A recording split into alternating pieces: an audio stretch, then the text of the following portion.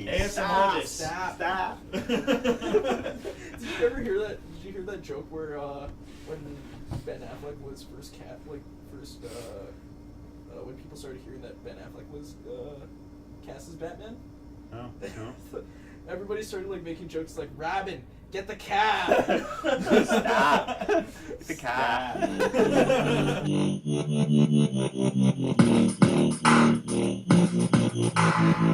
Okay. Hello, welcome to Watch Culture. My name's Chris, and today I am going to give you a great recommendation of a great movie that you should totally see, despite what perhaps some other people might tell you. At any rate, it's a DC movie, came out last year. It is Wonder Woman. It's fantastic.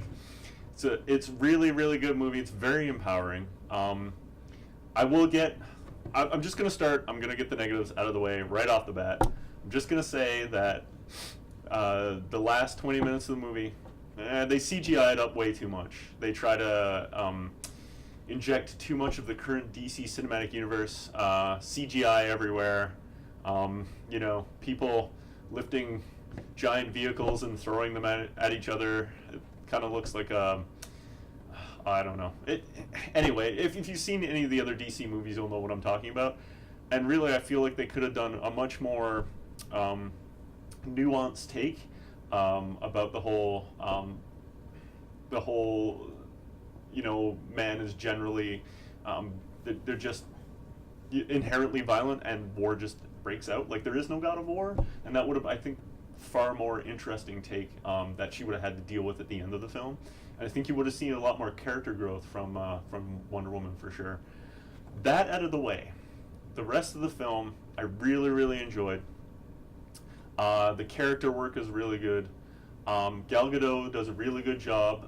Again, like, transferring from a modeling job to acting is not easy, and history is riddled with people who could not make that transfer, of course. But she does a really good job. Chris Pine is phenomenal in it. He is basically almost the comic relief.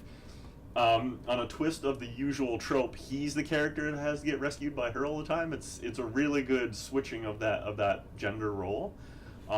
And really, that's what this movie is, at least in my mind, all about. It's switching up those gender roles. It's empowering women. It's very empowering, like I said. I saw it with my daughter, and we came out of it, and she was just bubbly and excited, and she wanted, "Daddy, I want like a princess crown, I want a crown just like Wonder Woman. I want to get a lasso, and I want to be Wonder Woman for Halloween." And yeah, she was just it just brought her up, and it just shows little girls out there that they can be strong and powerful and a hero, and they can be the ones that rescue the men and be the hero, right? So it was just, that for sure resonated with me a lot, and I would go as far as to say that I feel like women would have the same reactions. I mean, obviously I can't say that, but at any rate, all the way through, just a really great movie. Like I said, it can get a tad predictable, and like, the last 20 minutes aside, they did a really great job.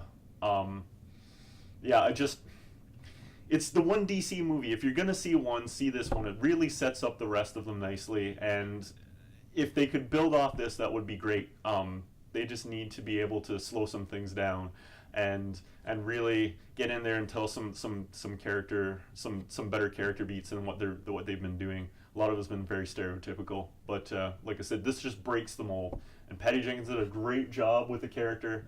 She did an excellent job directing the movie, and I really hope it paves the way for some more female directors. Like, her name escapes my memory right now, but she's directed a lot of Game of Thrones and Breaking Bad episodes, and I can't remember her name, but I think she needs a gig, like doing some Marvel or DC characters too, or a Star Wars movie, something a big tempo. Pardon me. Just all around, like, really good. The end of the movie, I will also talk about this. I talked about in a video that I did with Mike about Logan that I got teary-eyed at the end of that one. This one, same thing.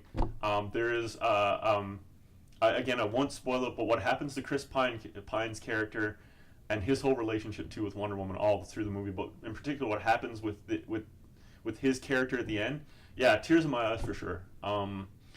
They really, you can see how she goes from the sort of fish out of water, like I can make the world a better place, like very kind of naive character she is at the beginning. You can see how she goes through this journey and how her relationship with Chris Pine character and what happens with him at the end, how she gets from that to Batman v Superman, Dawn of Justice. Oh, God. Anyway, yeah, great film. I really recommend it. It's very empowering. Yeah, like I said, maybe ignore the last 20 minutes, but other than that, I very much enjoyed it. Bought the t-shirt. Highly recommend it. I really hope DC follows up with this in future films. Go watch it. It's a great film. This has been Watch Culture. I'm Chris. Please feel free to like and subscribe if you like the content. We'll see you next time.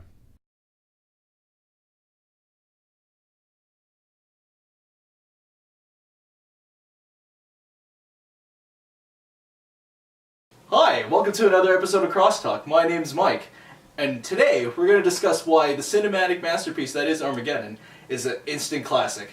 Point 1, Michael Bay. Oh, hey Chris. Ah! No!